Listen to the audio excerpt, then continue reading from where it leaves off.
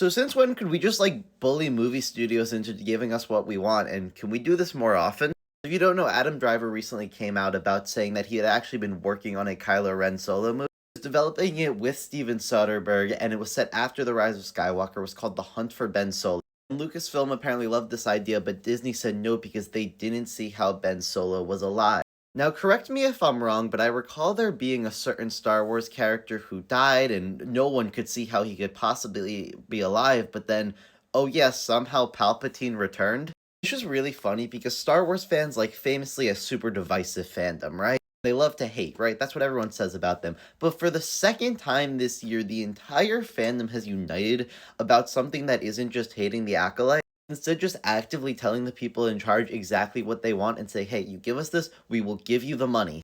The studios see that, and I mean, they better see that. We have a plane flying over Walt Disney Studios today, and they instead say, hey, you know what, that's cool and all, but what about this? Lesbian space witches. Listen, I understand 5 years ago, this would have been a massive flop, right? But I think in that time, we have not necessarily come around to the sequels, but realized what could have been and want that now. Because the sequels are a lot closer to being good than you think. Force Awakens is a pretty solid movie and does set up a decent trilogy. They just screw it up so hard in Last Jedi and then try to course correct in Rise of Skywalker, which just makes it even worse. Here's the thing about them making this, right? Say it's really good. Now we all suddenly love and appreciate Kylo Ren in a way we never did before. And guess what?